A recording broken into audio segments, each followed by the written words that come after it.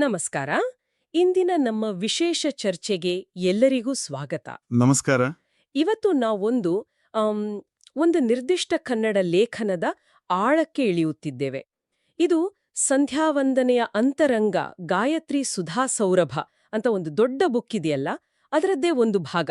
ಹೌದು. ಅದರಲ್ಲಿ ಬರುವ ಸೂತ್ರಾನುಸಂಧಾನ ಅನ್ನುವ ಒಂದು ಪೂರಕ ಲೇಖನ, ಅದು ನಮ್ಮ ಇವತ್ತಿನ ಮುಖ್ಯ ವಿಷಯ.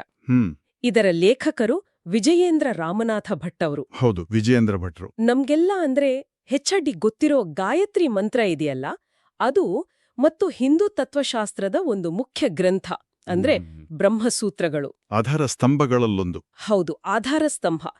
ಇವೆರಡರ ನಡುವೆ ಒಂದು ಅಚ್ಚರಿಯ ತುಂಬಾ ಆಳವಾದ ನಂಟಿದೆ ಅಂತ ಈ ಲೇಖನ ಹೇಳುತ್ತೆ. ಖಂಡಿತ. ಸರಿ, ಹಾಗಾದ್ರೆ ಇದನ್ನ ಸ್ವಲ್ಪ ಬಿಡಿಸಿ ನೋಡೋಣ ಅಲ್ವಾ? ನೋಡೋಣ.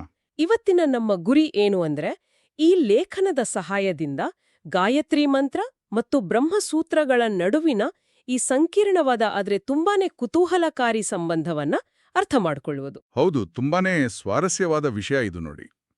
ಗಾಯತ್ರಿ ಮಂತ್ರವನ್ನು ಸಾಮಾನ್ಯವಾಗಿ ವೇದಗಳ ತಾಯಿ ಅಂತ ಕರೀತಾರೆ, ಗೊತ್ತಲ್ಲ? ಹೌದು, ವೇದಮಾತೆ ಅಂತ. ಇನ್ನು ಬ್ರಹ್ಮಸೂತ್ರಗಳು ಅವು ವೇದಾಂತ ದರ್ಶನದ ಅಂದ್ರೆ ವೇದಗಳ ಕೊನೆಯ ಭಾಗವಾದ ಉಪನಿಷತ್ತುಗಳ ಸಾರವನ್ನೇ ಹಿಡಿದಿಟ್ಟಿರುವ ಸೂತ್ರಗಳು, ಅಧಿಕೃತ ಗ್ರಂಥಗಳು. ಈ ಮೂಲ ಲೇಖನದ ಪೀಠಿಕೆಯಲ್ಲಿ ಅಂದ್ರೆ ಅದರ ಆರಂಭದಲ್ಲಿ ಸಂಧ್ಯಾವಂದನೆಯ ಮಹತ್ವವನ್ನು ತುಂಬಾ ಚೆನ್ನಾಗಿ ಹೇಳಿದ್ದಾರೆ. ಓ, ಹೇಗೆ? ಇದು ಬರೀ ಒಂದು ಪೂಜೆ ಅಥವಾ ಒಂದು ಆಚರಣೆ ಅಷ್ಟೇ ಅಲ್ಲ. ಇದು ನಮ್ಮ ಅಂತರಂಗವನ್ನು ಶುದ್ಧಿ ಮಾಡಿ ಆತ್ಮಜ್ಞಾನಕ್ಕೆ ದಾರಿ ತೋರಿಸುವ ಒಂದು ಆಧ್ಯಾತ್ಮಿಕ ತಪಸ್ಸಿದ್ದಾಗೆ ಅಂತಾರೆ. ಆಹಾ, ತಪಸ್ಸು ಇದ್ದಾಗೆ ಅಂತ. ಹೌದು, ಅದರಲ್ಲಿ ಗಾಯತ್ರಿ ಜಪ ಅನ್ನೋದು ಕೇಂದ್ರ ಬಿಂದು. ಸರಿ.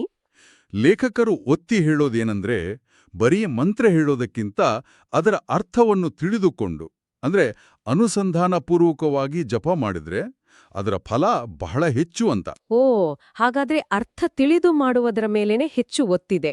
ಖಂಡಿತವಾಗಿಯೂ ಅನುಸಂಧಾನ ಮುಖ್ಯ. ಇಲ್ಲಿಂದ ವಿಷಯ ಇನ್ನೂ ಗಹನವಾಗುತ್ತೆ ಅನ್ಸುತ್ತೆ ಅಲ್ವಾ? ಹೌದು, ಸ್ವಲ್ಪ ಆಳವಾಗಿ ಹೋಗುತ್ತೆ. ಲೇಖನದಲ್ಲಿ ಗಾಯತ್ರಿ ಮತ್ತು ಬ್ರಹ್ಮಸೂತ್ರಗಳ ಸಂಬಂಧವನ್ನು ಎರಡು ಮುಖ್ಯ ದೃಷ್ಟಿಕೋನಗಳಿಂದ ನೋಡಿದ್ದಾರೆ ಅಂತ ಕಾಣುತ್ತೆ. ಹೌದು, ಎರಡು ರೀತಿಯಲ್ಲಿ ವಿಶ್ಲೇಷಣೆ ಮಾಡಿದ್ದಾರೆ. ಮೊದಲನೇದಾಗಿ, ಗಾಯತ್ರಿ ಮಂತ್ರದಲ್ಲಿ ಭಗವಂತನ ಯಾವ ಗುಣಗಳನ್ನ ಹೇಳಲಾಗಿದೆಯೋ ಅವು ಬ್ರಹ್ಮಸೂತ್ರಗಳಲ್ಲಿ ಹೇಗೆ ಇನ್ನೂ ವಿಸ್ತಾರವಾಗಿ ಆಳವಾಗಿ ಚರ್ಚೆಗೆ ಬಂದಿವೆ ಅನ್ನೋದನ್ನ ನೋಡೋಣ ಅಲ್ವಾ? ಖಂಡಿತ, ಅದೇ ಮೊದಲನೇ ಹೆಜ್ಜೆ. ಉದಾಹರಣೆಗೆ, ಗಾಯತ್ರಿಯ ಮೊದಲನೇ ಪದ ತತ್. ತತ್. ಇದರ ಅರ್ಥ ಏನು ಅಂತ ನೋಡಿದ್ರೆ, ಭಗವಂತ ಎಲ್ಲ ಗುಣಗಳಿಂದ ತುಂಬಿದವನು, ಗುಣಪೂರ್ಣ ಮತ್ತು ಸರ್ವವ್ಯಾಪಿ ಅಂದ್ರೆ ಎಲ್ಲೆಲ್ಲೂ ಇರುವವನು ಅನ್ನೋದು. ಹೌದು, ಆ ತತ್ ಶಬ್ದಕ್ಕೆ ಅಷ್ಟು ಗಹನವಾದ ಅರ್ಥ ಇದೆ. ಲೇಖನದಲ್ಲಿ ಇದನ್ನು ಬ್ರಹ್ಮಸೂತ್ರದ ಸಮನ್ವಯಾಧ್ಯಾಯ ಅಂದ್ರೆ ಎಲ್ಲ ವೇದವಾಕ್ಯಗಳು ಬ್ರಹ್ಮನಲ್ಲೇ ಹೇಗೆ ಸಮನ್ವಯಗೊಳ್ಳುತ್ತವೆ, ರಿಲೇಟ್ ಆಗ್ತವೆ ಅಂತ ತೋರಿಸುವ ಅಧ್ಯಾಯ. ಮೊದಲನೇ ಅಧ್ಯಾಯ. ಹೌದು, ಅದರಲ್ಲಿ ಬರುವ ಕೆಲವು ಭಾಗಗಳ ಜೊತೆ ಹೋಲಿಸ್ತಾರೆ. ಮುಖ್ಯವಾಗಿ ಭೂಮಾಧಿಕರಣ ಅಂತ ಒಂದು ಪ್ರಕರಣ ಬರುತ್ತೆ. ಭೂಮಾ ಅಂದ್ರೆ ಅತ್ಯಂತ ದೊಡ್ಡದು, ಅಪಾರವಾದದ್ದು. ಓ, ಹಾಗೆ. ಅಧಿಕರಣ ಅಂದ್ರೆ ಒಂದು ನಿರ್ದಿಷ್ಟ ವಿಷಯದ ಮೇಲಿನ ಚರ್ಚೆ ಅಲ್ವಾ? ಹೌದು, ಒಂದು ಟಾಪಿಕ್ ಮೇಲಿನ ಡಿಸ್ಕಷನ್. ಈ ಭೂಮಾಧಿಕರಣದಲ್ಲಿ ಬ್ರಹ್ಮ ಹೇಗೆ ಅಪಾರ, ಎಲ್ಲೇ ಮೀರಿ ದೊಡ್ಡವನು ಅಂತ ಚರ್ಚೆ ಆಗುತ್ತೆ. ಸರಿ. ಹಾಗೆಯೇ ಸರ್ವಧರ್ಮೋಪಪತ್ತೇಶ್ಚ ಅಂದ್ರೆ ಎಲ್ಲಾ ಗುಣಗಳು, ಸೃಷ್ಟಿ, ಸ್ಥಿತಿ, ಲಯ ಇತ್ಯಾದಿ ಎಲ್ಲಾ ಧರ್ಮಗಳು ಭಗವಂತನಲ್ಲಿ ಹೇಗೆ ಹೊಂದಿಕೊಳ್ತವೆ, ಹೇಗೆ ಸಾಧ್ಯ ಅನ್ನೋ ಸೂತ್ರ. ಓಹೋ. ಮತ್ತೆ ಅತ ಏವ ಪ್ರಾಣಃ ಅಂದ್ರೆ ಆ ಕಾರಣದಿಂದಲೇ, ಅಂದ್ರೆ ಎಲ್ಲ ಗುಣಗಳು ಇರೋದ್ರಿಂದಲೇ ಅವನು ಮುಖ್ಯ ಪ್ರಾಣ, ಅಂದ್ರೆ ಇಲ್ಲಿ ಬ್ರಹ್ಮನೇ ಮುಖ್ಯ ಅಂತ.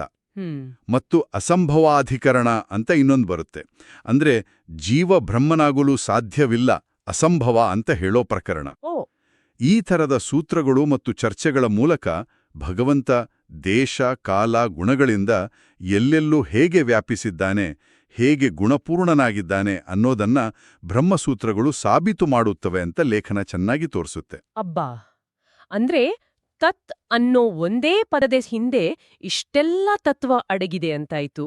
ಹೌದು, ಇಲ್ಲಿ ಗಮನಿಸಬೇಕಾದ ಅಂಶ ಏನು ಅಂದ್ರೆ, ತತ್ ಅನ್ನೋ ಒಂದೇ ಒಂದು ಪುಟ್ಟ ಪದ ಬ್ರಹ್ಮಸೂತ್ರಗಳಲ್ಲಿ ಇಡೀ ಅಧ್ಯಾಯಗಳನ್ನೇ ಮೀಸಲಿಟ್ಟು ಚರ್ಚಿಸುವ ದೊಡ್ಡ ದೊಡ್ಡ ವಿಷಯಗಳನ್ನ, ಅಂದ್ರೆ ಬ್ರಹ್ಮನ ಅನಂತ ಸ್ವರೂಪ, ಅವನ ಎಲ್ಲೆಡೆಯೂ ಇರುವಿಕೆ, ಅವನು ದೋಷಗಳಿಂದ ದೂರ ಇರೋದು ಇವುಗಳನ್ನೆಲ್ಲ ಒಳಗೊಂಡಿದೆ.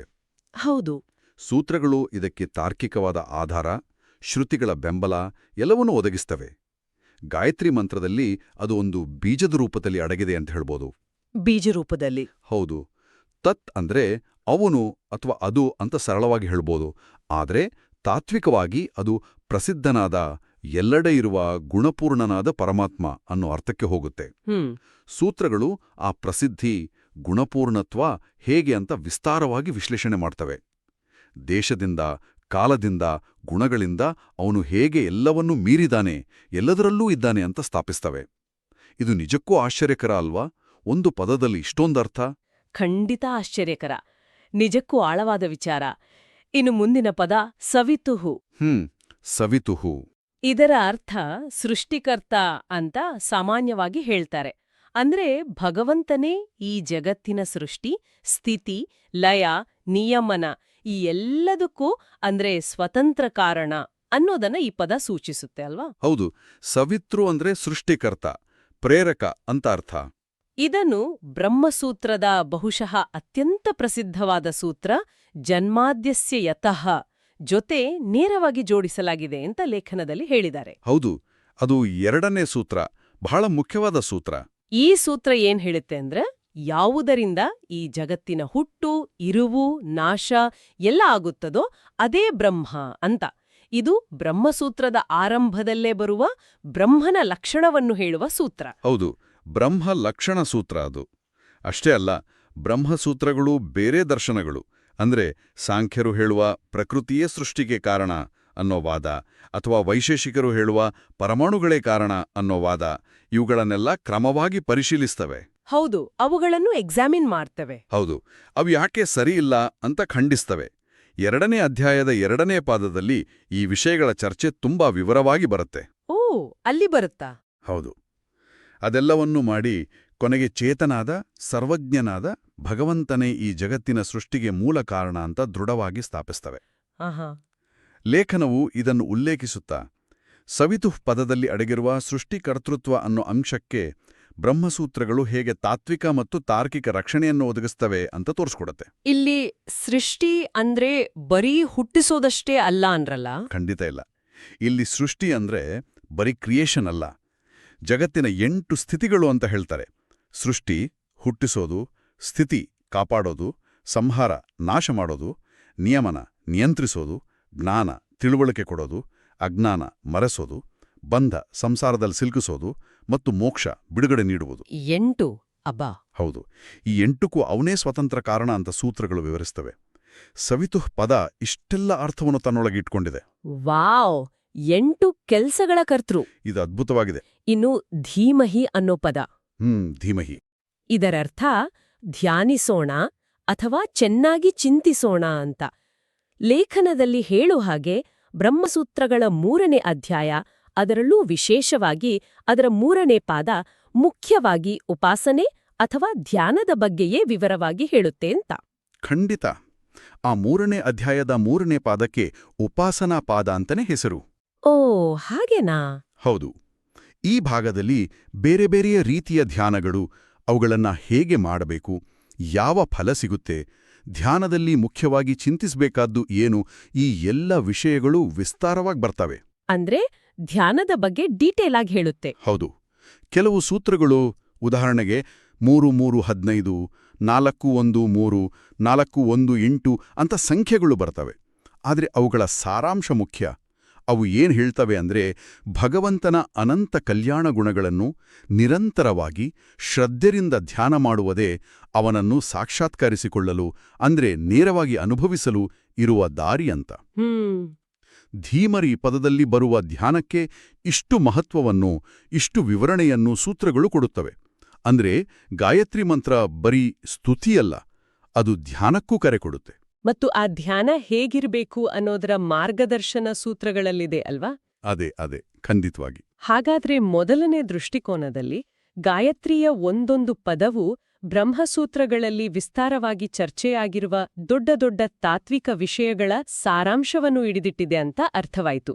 ಹೌದು, ಸಂಕ್ಷಿಪ್ತ ರೂಪದಲ್ಲಿ. ಈಗ 2ನೇ ದೃಷ್ಟಿಕೋನಕ್ಕೆ ಬರೋಣ. ಇದು ಕೂಡ ಸ್ವಾರಸ್ಯಕರವಾಗಿರಬಹುದು. ಶ್ರೀಮಧ್ವಾಚಾರ್ಯರು ಬ್ರಹ್ಮಸೂತ್ರಗಳಿಂದ 7 ಮುಖ್ಯ ಸಿದ್ಧಾಂತಗಳನ್ನು ಗುರುತಿಸಿದ್ದಾರೆ ಅಂತ ಲೇಖನದಲ್ಲಿ ಹೇಳಲಾಗಿದೆ. ಹೌದು, ಸಪ್ತ ಸಿದ್ಧಾಂತಗಳು ಅಂತ. ಆ ಸಿದ್ಧಾಂತಗಳು ಗಾಯತ್ರಿ ಮಂತ್ರದಲ್ಲಿ ಹೇಗೆ ಕಾಣಿಸ್ತವೆ ಅನ್ನೋದನ್ನ ಲೇಖಕರು ವಿಶ್ಲೇಷಣೆ ಮಾಡ್ತಾರೆ. ಹೌದು, ಇದು ಇನ್ನೊಂದು ರೀತಿಯಲ್ಲಿ ಅದೇ ಸತ್ಯವನ್ನು ನೋಡುವ ಪ್ರಯತ್ನ. ಮಧ್ವಾಚಾರ್ಯರು ಬ್ರಹ್ಮಸೂತ್ರ ಭಾಷ್ಯದ ಆರಂಭದಲ್ಲಿ ಬ್ರಹ್ಮಸೂತ್ರಗಳು ಮುಖ್ಯವಾಗಿ 7 ವಿಷಯಗಳನ್ನು ಪ್ರತಿಪಾದಿಸುತ್ತವೆ ಅಂತ ಒಂದು ಶ್ಲೋಕದಲ್ಲಿ ಪಟ್ಟಿ ಮಾಡ್ತಾರೆ. ಓ, ಲೇಖಕರು ಆ 7 ವಿಷಯಗಳು ಗಾಯತ್ರಿ ಮಂತ್ರದಲ್ಲಿ ಹೇಗೆ ಅಡಕವಾಗಿವೆ ಅಂತ ತೋರಿಸಲು ಪ್ರಯತ್ನಿಸ್ತಾರೆ. ಸರಿ. ಅದರಲ್ಲಿ ಮೊದಲನೆಯದು ಸರ್ವದೋಷ ವೀನತ್ವಂ. ಹೌದು, ಅಂದ್ರೆ ಭಗವಂತ ಎಲ್ಲ ರೀತಿಯ ದೋಷಗಳಿಂದ, ಕೊರತೆಗಳಿಂದ ಸಂಪೂರ್ಣವಾಗಿ ಮುಕ್ತನಾಗಿದ್ದಾನೆ, ನಿರ್ದೋಷ ಅನ್ನೋದು. ಇದು ಗಾಯತ್ರಿ ಮಂತ್ರದ ಯಾವ ಪದಗಳಲ್ಲಿ ಕಾಣಿಸುತ್ತೆ? ಲೇಖನದಲ್ಲಿ ಹೇಳುವ ಹಾಗೆ ತತ್ ಪದವು ಭಗವಂತನ ಗುಣಪೂರ್ಣತ್ವವನ್ನು ಹೇಳುತ್ತಲ್ಲ. ಹೌದು, ಆಗ್ಲೇ ನೋಡಿದ್ವಿ. ಗುಣಗಳಿಂದ ಪೂರ್ಣನಾದವನು ಸಹಜವಾಗಿಯೇ ದೋಷಗಳಿಂದ ದೂರ ಇರುತ್ತಾನೆ. ಹಾಗೆಯೇ ವರೇಣ್ಯಂ ಅಂದ್ರೆ ಶ್ರೇಷ್ಠವಾದ, ಭಜಿಸಲು ಯೋಗ್ಯವಾದದ್ದು ಅಂತ ಅರ್ಥ. ವರೇಣ್ಯ ಅಂದ್ರೆ ಆಯ್ಕೆ ಮಾಡಿಕೊಳ್ಳಲು ಯೋಗ್ಯವಾದದ್ದು, ಅತ್ಯುತ್ತಮವಾದದ್ದು. ಹೌದು, ಶ್ರೇಷ್ಠತೆ ಅನ್ನೋದು ದೋಷಗಳ ಇಲ್ಲದಿರುವುದನ್ನು ಸೂಚಿಸುತ್ತೆ. ಹೀಗೆ ಈ 2 ಪದಗಳು, ತತ್ ಮತ್ತು ವರೇಣ್ಯಂ, ಭಗವಂತನ ನಿರ್ದೋಷತ್ವವನ್ನು ಸೂಚಿಸ್ತವೆ ಅಂತ ಇಲ್ಲಿ ವಿಶ್ಲೇಷಣೆ ಇದೆ. ಹೌದು, ತರ್ಕ ಸರಳವಾಗಿದೆ. ಪೂರ್ಣತೆ ಮತ್ತು ಶ್ರೇಷ್ಠತೆಗಳು ದೋಷಗಳ ಅನುಪಸ್ಥಿತಿಯನ್ನು ಒಳಗೊಂಡಿರುತ್ತವೆ. ಇದು ಮೊದಲನೆಯ ಸಿದ್ಧಾಂತ. ಸರಿ. ಇನ್ನು 2ನೇ ಸಿದ್ಧಾಂತ ಜೀವಭೇದ ಸದೈವ ಚ. ಜೀವೇಶ್ವರ ಭೇದ. ಇದರರ್ಥ ಭಗವಂತ ಮತ್ತು ಜೀವರ ನಡುವೆ ಯಾವಾಗಲೂ ಭೇದ ಅಂದ್ರೆ ವ್ಯತ್ಯಾಸ ಇದೆ, ಮತ್ತು ಭಗವಂತ ಯಾವಾಗಲೂ ಜೀವರಿಗಿಂತ ಉತ್ತಮನೋ ಶ್ರೇಷ್ಠನೋ ಆಗಿರ್ತಾನೆ ಅನ್ನೋದು. ಇದು ಗಾಯತ್ರಿ ಮಂತ್ರದಲ್ಲಿ ಹೇಗೆ ಪ್ರತಿಫಲಿಸುತ್ತೆ? ಲೇಖನದಲ್ಲಿ ಇದನ್ನು ಹೀಗೆ ವಿವರಿಸ್ತಾರೆ. ಗಾಯತ್ರಿ ಮಂತ್ರದಲ್ಲಿ ಭಗವಂತನನ್ನು ಸವಿತುಹು ಅಂದ್ರೆ ಸೃಷ್ಟಿಕರ್ತ ಅಂತ ಕರೆಯಲಾಗಿದೆ. ಹೌದು. ಹಾಗೆಯೇ ಕೊನೆಯಲ್ಲಿ ಪ್ರಚೋದಯಾತ್ ಅಂದ್ರೆ ನಮ್ಮ ಬುದ್ಧಿಯನ್ನು ಪ್ರೇರೇಪಿಸಲಿ ಅಂತ ಪ್ರಾರ್ಥಿಸ್ತೇವೆ. ಪ್ರೇರೇಪಕ. ಇಲ್ಲಿ ಭಗವಂತ ಸೃಷ್ಟಿಕರ್ತ, ಪ್ರೇರೇಪಕ. ಜೀವರು ಸೃಷ್ಟಿಸಲ್ಪಟ್ಟವರು, ಪ್ರೇರೇಪಿಸಲ್ಪಡುವವರು. ಸೃಷ್ಟಿಕರ್ತ ಮತ್ತು ಸೃಷ್ಟಿ, ಪ್ರೇರೇಪಕ ಮತ್ತು ಪ್ರೇರಿತ, ಇವರ ನಡುವೆ ವ್ಯತ್ಯಾಸ ಇರ್ಲೇಬೇಕಲ್ವಾ? ಖಂಡಿತ ಇರ್ಲೇಬೇಕು. ಹಾಗೇ ವರೇಣ್ಯಂ ಅಂದ್ರೆ ಭಜಿಸಲು ಯೋಗ್ಯನಾದವನು. ಭಜಿಸುವ ಭಕ್ತ ಮತ್ತು ಭಜನೆಗೆ ಯೋಗ್ಯನಾದ ಭಗವಂತ, ಇವರ ನಡುವೆಯೂ ಶ್ರೇಷ್ಠತೆ ಮತ್ತು ಅಧೀನತೆಯ ವ್ಯತ್ಯಾಸ ಸ್ಪಷ್ಟವಾಗಿದೆ. ಹೌದು, ಭಕ್ತ ಮತ್ತು ಭಗವಂತ ಬೇರೆ ಬೇರೆ. ಹೀಗೆ ಈ ಪದಗಳು ಸವಿತುಹು, ವರೇಣ್ಯಂ, ಪ್ರಚೋದಯಾತ್ ಜೀವ ಮತ್ತು ದೇವರ ನಡುವಿನ ಶಾಶ್ವತವಾದ ವ್ಯತ್ಯಾಸವನ್ನು ಮತ್ತು ದೇವರ ಶ್ರೇಷ್ಠತೆಯನ್ನು ಸೂಚಿಸುತ್ತವೆ ಅನ್ನೋದು ಇಲ್ಲಿನ ವಾದ. ಓ, ಇದು ಒಂದು ವಿಶಿಷ್ಟವಾದ ವಿಶ್ಲೇಷಣೆ. ಸೃಷ್ಟಿ ಮತ್ತು ಪ್ರೇರಣೆ ಕ್ರಿಯೆಗಳಲ್ಲೇ ಭೇದ ಅಡಗಿದೆ ಅನ್ನೋದು ಸರಿ.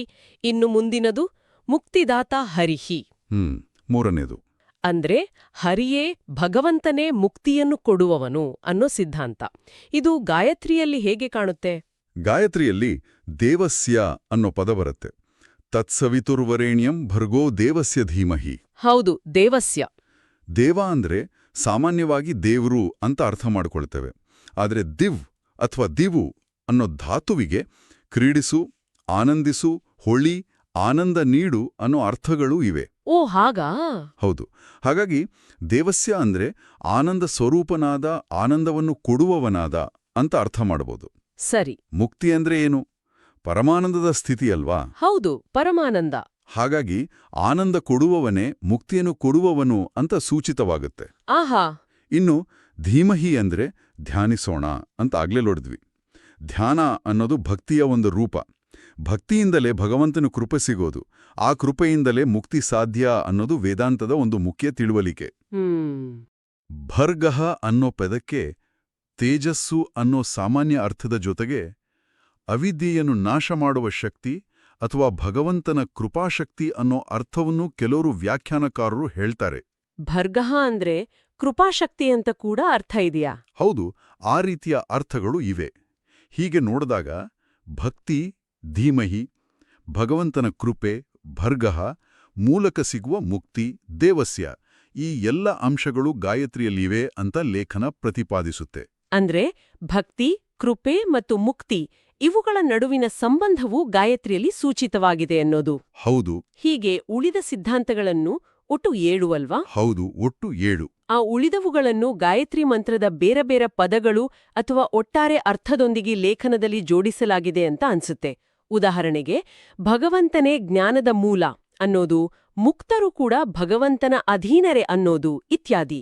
ಹೌದು, ಎಲ್ಲಾ 7 ಸಿದ್ಧಾಂತಗಳನ್ನು ಹೀಗೆಯೇ ಗಾಯತ್ರಿ ಮಂತ್ರದ ಆಧಾರದ ಮೇಲೆ ಸಮರ್ಥಿಸಲು ಲೇಖನ ಪ್ರಯತ್ನಿಸುತ್ತದೆ. ಒಟ್ಟಿನಲ್ಲಿ ಈ 2 ದೃಷ್ಟಿಕೋನಗಳು ಅಂದ್ರೆ ಗಾಯತ್ರಿಯ ಪದಗಳನ್ನು ಸೂತ್ರಗಳ ಜೊತೆ ಹೋಲಿಸುವುದು ಮತ್ತು ಸೂತ್ರಗಳಿಂದ ಬರುವ ಸಿದ್ಧಾಂತಗಳನ್ನು ಗಾಯತ್ರಿಯಲ್ಲಿ ಹುಡುಕುವುದು, ಇವೆರಡೂ ತೋರಿಸೋದು ಒಂದೇ ವಿಷಯವನ್ನ.